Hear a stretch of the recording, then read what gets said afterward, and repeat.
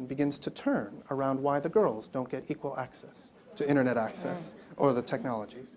And so the AID projects that we've been following show that the computers move from the boys' rooms to the living room, that the girls begin to get access, that time is shared. And this kind of structural change in how information flows within households, I think is very important. Great, thank you.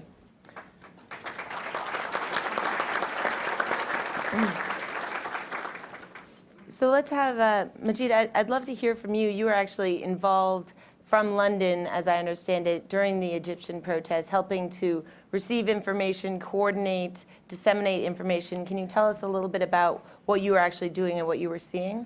Well, I tried to be. I mean, I don't know if I succeeded, but the role that we tried to play was to act as a center of information to coordinate activities between the activists on the ground. So Ahmed Salah is here. I would speak to him regularly on the phone and be telling me he's got a bullet stuck in his head while we're speaking on the phone, rubber bullet, the rubber-coated metal bullet. And Ayman Noor would speak on the phone. And one of the things that we try to do is get that information in the real time from Twitter, from Facebook, from the blogs, and from mobile phone conversations as well. And then do two things with that. One, lobby government. So us being based in London, we were very successfully able to work with Downing Street and with their policy advisors, and it ended up meeting the Prime Minister himself to speak about these matters as well as other matters related to extremism. But his speech that he gave in Munich touched also on Egypt. And the line that the Prime Minister of the UK mentioned, that the old dichotomy of a choice between dictatorship or extremism is dead. That was something that we were working very heavily to get influence across the Western sort of governments to make that point. So we were acting as a center point between the activists on the ground, the social media, and the governments, but also the traditional media. So the other thing we did is that through Quilliam and through, that's the center we run in the UK, we press released our availability to speak on this subject and reminded everybody of my history in Egypt. So the media was suddenly aware that there was someone there as a resource who was on touch with people on the ground to speak to. And then what that led was literally back to back for a good few days, from morning to evening, I was able to go onto the television stations and relay out the messages that I was getting from people like Ahmed. And then, in fact, we set up a comment piece for Ahmed on one of the largest newspaper in the UK is The Times. So we got him to write for The Times. So it was pretty much trying to facilitate what was going on in the ground and combining all of these things together using traditional media, TV and newspapers, social media, mobile telephones, and then lobbying with government.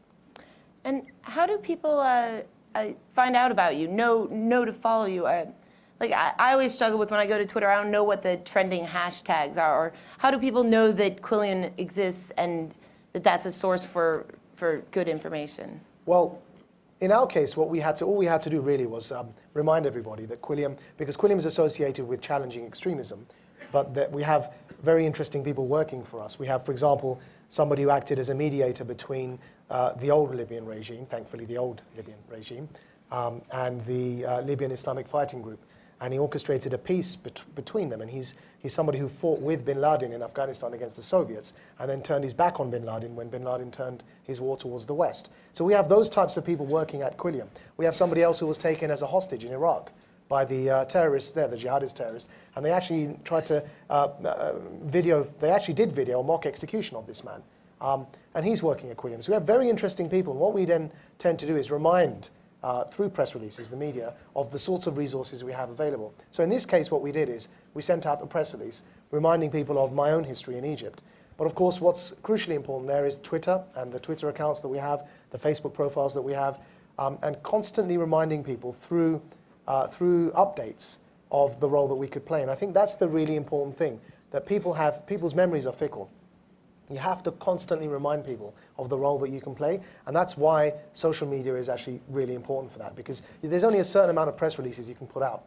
But with Twitter updates, you can put out, I've been sitting here listening to everyone and tweeting every 5 seconds about what's been going on, and people don't get tired of that. Right, right.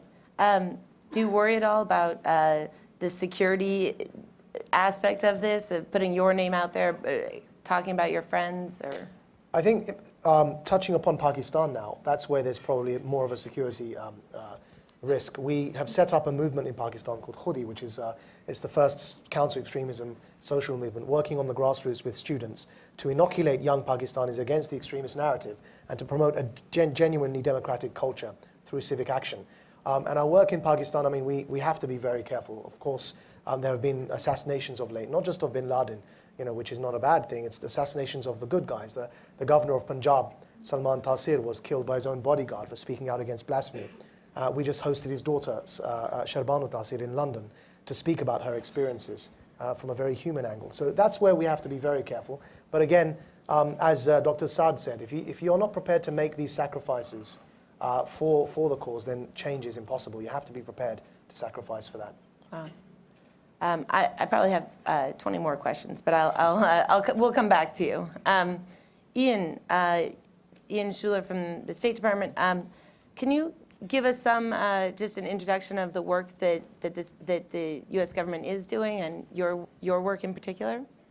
Sure, and I think as far as how the State Department is able to play into these sorts of things, Dr. Rice made a very good, laid this out very well this morning about there are a number of different levers, and some of those are appropriate for some situations, but you also have to be very careful. There are certain ways that the U.S. involvement can be counterproductive, and always weighing those, what are the implications.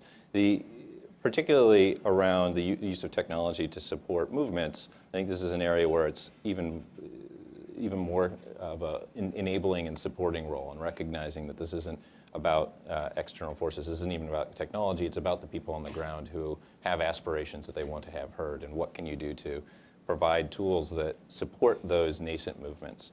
On the State Department side, certainly the State Department has supported a number of programs like some that were mentioned today to provide those information about how to use technology in social movements and to advance democracy, support for political institutions and building strong institutions, and working with activists on using tools to create change. An important note that Dr. Ibrahim mentioned today is that that it isn't just about technologies to tear down, but also technologies to build back up, and supporting those institutions that are replacing the dictatorships that used to exist, to make sure that they're also thinking about how technology can be integrated to more effectively listen to people and serve their needs, and to create real space for political participation. An important element, though, to keep in mind is that while we were truly inspired by the role that technology could play in empowering citizen movements, technology is a double-edged sword, which is something that Secretary Clinton often mentions. And we saw during these revolutions, we also saw the use of the complete internet shut down in Egypt, and we saw the use of JavaScript to steal passwords in Tunisia from Facebook and to log into people's accounts. And so you also saw the bad side of how technology can put people in danger and can limit people's ability to speak and have access to information. And so a major initiative of the State Department that I've been involved with is Internet Freedom Programs, which is something that the Secretary has been very committed to, using programming that helps to create a more open and internet where people have access to the information that they want and are able to access those services in a safe manner. It's not just about getting to that website, getting to Facebook or getting to YouTube, but also being able to do that in the way that you can be more sure that you're not going to face repercussions, because if you know that the government's that somebody's going to be knocking on your door the next day, you're less likely to do that. And so we've funded $22 million in programming to date, and are about to roll out $28 million in additional programming around building tools and spreading knowledge and information around how to circumvent blocks on information, and how to use and how to do that safely. Tools that promote digital safety and more awareness of accessing information online in a safe way. So tools to get around filtering or circumvention tools, as I understand. It's interesting. People use Google sometimes as sort of a circumvention tool. sometimes use Google Reader, for instance, to access blocked blogs. So they'll get their RSS feed through Google Reader. So what role, since you're supporting companies, it's not necessarily the State Department building their own tools, what role do you think private companies need to play here, or what sort of partnerships do you have there? Yeah, and Philip mentioned that a lot of the tools that are being used are Western companies. They are Facebook, they're YouTube, they're Twitter. They're those things that were set up with a very particular role, and the companies that were setting them up didn't necessarily think about the implications for how they might be used in these sorts of ways. And so what we're trying to do is recognize, again, both the positive implications of that, but also some of the risks. Work with companies to be more mindful about how those tools can be used, can be better able to empower activists, can be better able to empower change, but also to do that in a way that is mindful of what are the threats that might be that their users might have if they're trying to take advantage of these services. And so a lot of it is providing information to companies and encouraging them to keep in mind the human rights aspects and the democracy aspects of their work that they're doing in various countries. Great. Thanks. Oscar Morales. Oscar, you created the Facebook group, 1 Million Voices Against FARC, and through which you mobilized the largest anti-terrorism demonstration in history with over 12 million participants. And I remember seeing some of those images, and those are really powerful.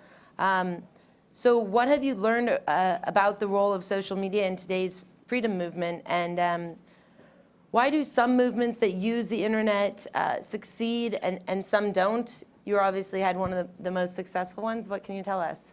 Well, actually, the cases of Tunisia and the cases of Egypt gave us, well, first, not only was a moment of glory for people like me that have worked pursuing these goals since we devoted to this freedom cause. It was definitely the best lessons we could ever see.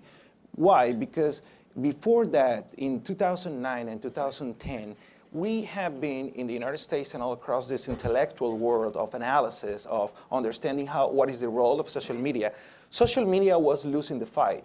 Somehow, certain cases, certain revolutions that they used Twitter, for example, in Tehran in 2009 and in Moldova in 2009 as well, where actually they had some achievements, but it was not clear if social media actually was responsible for that. So the debate was kind of getting to a point of stock discussions where you really didn't know what was happening. So when it came Tunisia and when it came Cairo, it was so evident the participation of people in the plaza thanks to the information and the inspiration they had gotten from social media websites. It's the proof of how a video can actually make a difference, how a video can convince somebody at home to go out and participate or to provide support in whatever way. The conversation was actually flowing there. So it was a very valuable lesson that, yes, they have a role, and actually a very interesting one. The second one is the realization that all this work that we have been doing for the last 3 years, actually I give credit to Jim Glassman and to the State Department, because this is the kind of venues, the kind of places, this networking, this conferencing where you get to know each other. It's very important and was fundamental for the success of people like Ahmed Salah and all the others who were actually risking everything, their lives, in the middle of the plaza, when they knew that they could contact their peers in London, in the United States, in South America. So it was a global network, and just the psychological feeling, you're not alone, people are hearing, people are reading what you do. No matter what I do, I would just post some tweet. I only have 5 seconds to do it. So I will use the help of all this networking that had been created. So these efforts, early efforts from the State Department, all these other freedom causes from South America and from Middle East that had participated and engaged into the sharing of information definitely helped. And where was this exchange? Precisely on networks like Facebook, in the forums of We Are All Khaled Said, in the forums of several other Twitter and YouTube and Facebook initiatives, where information was not only flowing, was flowing in a very didactical way I was, for example, let me tell you just 2 anecdotes before giving space to other speakers. One, I didn't know, for example, that tear gas could actually be